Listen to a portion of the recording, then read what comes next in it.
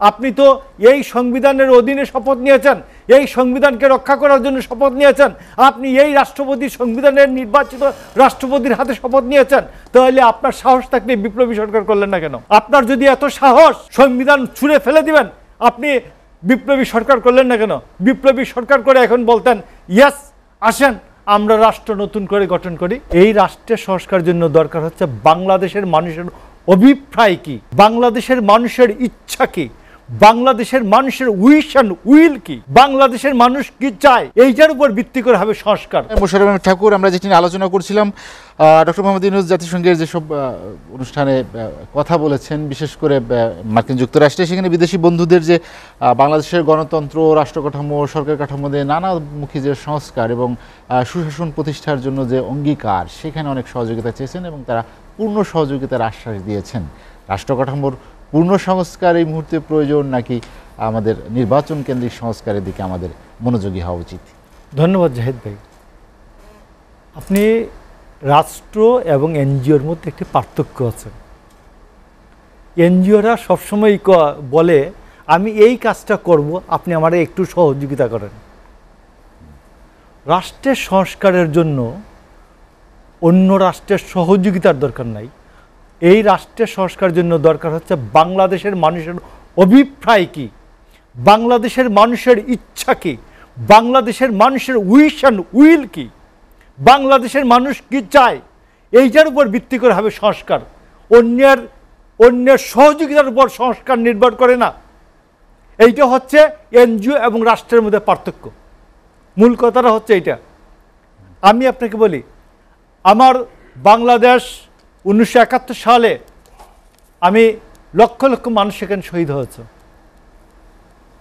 লক্ষ লক্ষ মা বোন এখানে তাদের জীবন উৎসর্গ করছে। যে যাই বলেন আপনি, আর কি বলেন আপনি, 1 কোটি মানুষ দেশান্তরী হয়েছে, 1 কোটি মানুষ দেশান্তরী হয়েছে।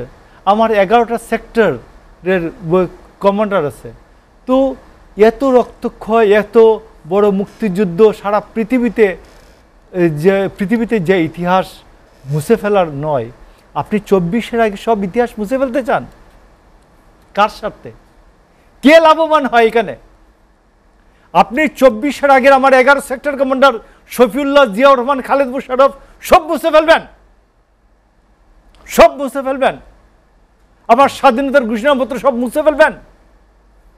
আপনি কোথাকার কোন আলী রিয়াজ? আপনি সংবিধান পুনর্লিখন করবেন? আপনার ম্যান্ডেটটা কি? আপনি কয়জন মানুষের সাথে গত 10 বছরের কথা বলেছেন? আপনি 10 বছরে কয়জন মানুষের সাথে কথা বলেছেন? Who are you to rewrite the constitution? That's why আমি আপনাকে বলছি। কিন্তু মোশাররফ ঠাকুর, একটি বিষয় তো এটা আসছে যে যারা এর আগে ক্ষমতায় ছিলেন তারা, আপনারা সবসময় অভিযোগ করে আসছেন যে তারা তাদের মতো করে সংবিধানকে সংশোধনে এনেছেন। না, ক্ষমতায় আমি আপনি বলি 15th অ্যামেন্ডমেন্টের আগে, 15 সংশোধনীর আগে এই সংবিধানের অধীনে ডক্টর ইউনূস চলেন নাই, বাধা হয়েছে। বিএনপি রাষ্ট্র ক্ষমতা চালাই নাই, এরশাদ সাহেব রাষ্ট্র চালাই নাই, শেখ হাসিনা চালাই নাই, অন্যান্যরা চালাই নাই, জিয়াউর রহমান চালান নাই। তো কি সমস্যা কি হয়েছে? আপনার এত সময় নাই, আমি সেকশন ওয়াইজ, আমি চ্যাপ্টার ওয়াইজ বলতে পারি। আপনার মৌলিক অধিকারের চ্যাপ্টারে কিছুই লেখার নাই। আপনি সংবিধানের যে আপনার সংসদের 66 থেকে 78, 66-তে 1 লাইনের একটা সংশোধনী লাগবে, 70 অনুচ্ছেদে 1 লাইনের একটা সংশোধনী লাগবে। এই সংবিধানের সংস্কারে আপনি কি সোনার পাথর বাটিটা দিবেন? আপনি বলুন, আমাদেরকে বলুন। It is not your stack, it is not the your cup of T, it is the cup of T of people of the Bangladesh. বাংলাদেশের মানুষের এটা বিষয়। বাংলাদেশের মানুষকে রিপ্রেজেন্ট করে রাজনৈতিক দলগুলি।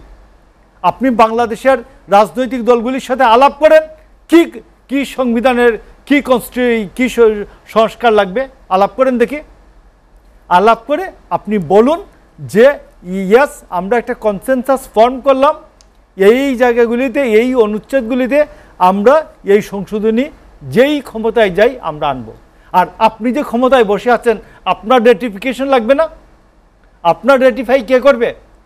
আপনি তো এই সংবিধানের অধীনে শপথ নিয়েছেন, এই সংবিধানকে রক্ষা করার জন্য শপথ নিয়েছেন, আপনি এই রাষ্ট্রপতি সংবিধানের নির্বাচিত রাষ্ট্রপতির হাতে শপথ নিয়েছেন, তাহলে আপনার সাহস থাকলে বিপ্লবী সরকার করলেন না কেন?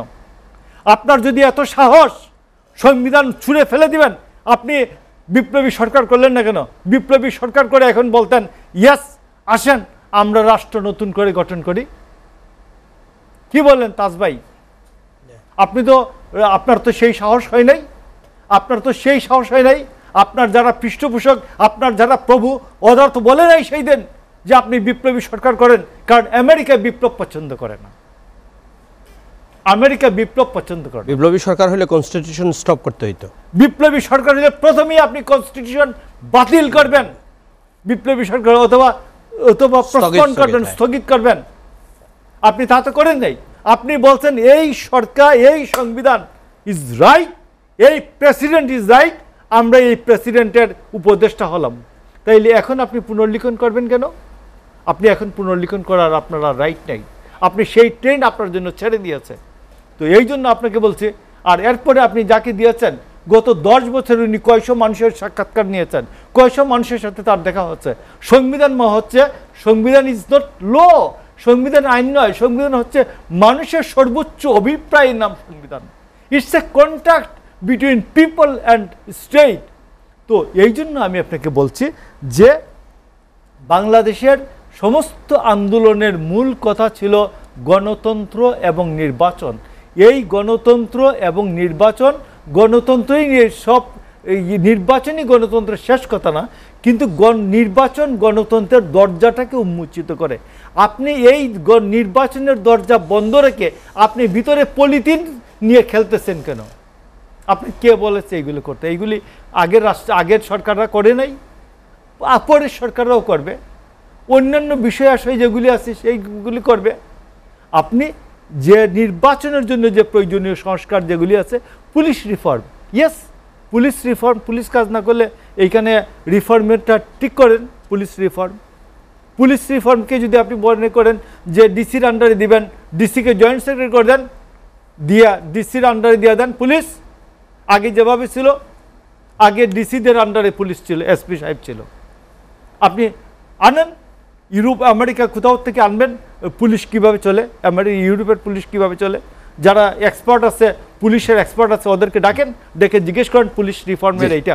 তো আজকে এই কাজগুলি না করে আপনি রাষ্ট্রের আমূল সংস্কার করবেন, আপনি একটা নতুন বাংলাদেশ বানাবেন।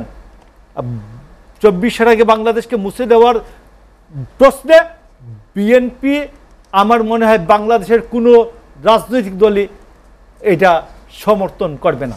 বিদেশি বন্ধুদের আশ্বাস, আপনি জানেন যে পশ্চিমা বিশ্ব, গণতান্ত্রিক যে বিশ্ব আছে, সেখানে বাংলাদেশের গণতন্ত্রায়ন সুশাসন প্রতিষ্ঠানকে তাদের যে অভিপ্রায়, সেটি আসলে বাস্তবায়নের ক্ষেত্রে আপনি কি বাধা, চ্যালেঞ্জ, প্রতিবন্ধকতা কি দেখতে পান, আর বাস্তবতাটাই কি? ধন্যবাদ জাহিদ ভাই। প্রথম কথা হচ্ছে, বাংলাদেশের মানুষ হাত দিয়ে ভাত খেতে পছন্দ করে, এটা আপনাকে মানতে হবে। সে কাঁটা চামচ দিয়ে খেতে চায় না। আমার যে এই যে কালচার, আমি আদতেই যা, এটার নাম হচ্ছে আমার সংস্কৃতি। আমার সংস্কৃতিকে বাদ দিয়ে আমার রাজনীতিও হবে না, আমার অর্থনীতি হবে না। আমাকে 3 দিন যদি ভাত না দিয়ে শুধু সোনারগাঁ রুটিয়ে দেন আর গুস্ত এনে দেন, আমি 3 দিনের দিন 4 দিন তো পাগল হয়ে যাব যে ভাত কোথায় আছে, আমি খেতে চাই। This is my culture. এটা আমার যে এই যে কালচারাল হেরিটেজ, আপনি আমাকে এটা এর মধ্যে, এর বাইরে তো আপনি যেতে পারবো না।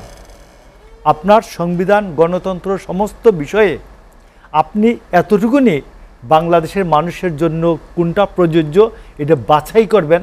বাংলাদেশের মানুষের অভিপ্রায়টা কি, মানুষের ইচ্ছাটা কি, মানুষ কি চায়। বাংলাদেশের মানুষ প্রথমত কম খেয়েও ভালোভাবে সে স্বাধীনভাবে কথা বলতে চায়। সে চায়নার মতো চায় না। চায়নার উন্নয়ন আপনি বাংলাদেশে চাপাই দেন, এটা চলবে না। রাশিয়ান মডেল চাপিয়ে দেন, চলবে না। আপনি বরঞ্চ আমাদের ওয়েস্টের সাথে ওই কিছুটা মিল ওয়েস্টের আছে। সাথে কিছুটা যোগাযোগ ছিল আর অনেক দিন ধরে যোগাযোগের কারণে।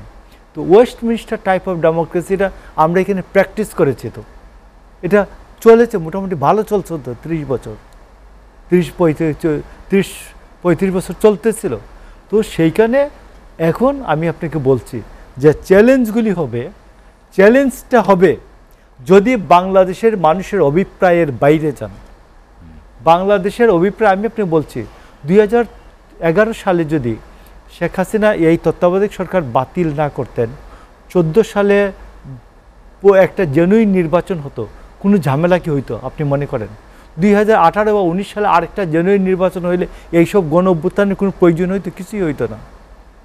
হয়তো আওয়ামী লীগের মধ্যে একবার পাওয়ারে আসতো, বিএনপি আরেকবার পাওয়ারে আসতো, এইরকম হইতো। জাতীয় পার্টি হয়তো সিটা আরেকটু বাড়তো বা এইরকম। তো আমি আপনাকে বলছি যে মূল কথাটি হচ্ছে যে বাংলাদেশে ডেমোক্রেসি প্র্যাকটিস করতে দিলে বাংলাদেশের মানুষ সঠিকভাবে সিদ্ধান্ত নেয়। 1970 সালে নিয়েছে যেভাবে, 90 সালে 91 সালে আপনি দেখবেন বাংলাদেশের মানুষ যখনই সুযোগ পেয়েছে সঠিক সিদ্ধান্ত নিয়েছে। তো এই জন্য আমি আপনাকে বলছি যে ওয়েস্টের যে খুব সহযোগিতা দরকার, জি বাংলাদেশের ছোট ভাই, হাতে মানুষকে সময় নেই। আপনি আজকে আলোচনা সঠিকভাবে শেষ করবো আমরা। সিদ্ধান্ত নিতে দেওয়ার নামটাই হচ্ছে সংস্কার। বাংলাদেশের মানুষকে সঠিকভাবে সিদ্ধান্ত নেওয়ার সুযোগ দেওয়াটার নামই হচ্ছে সংস্কার। আপনাকে অসংখ্য ধন্যবাদ।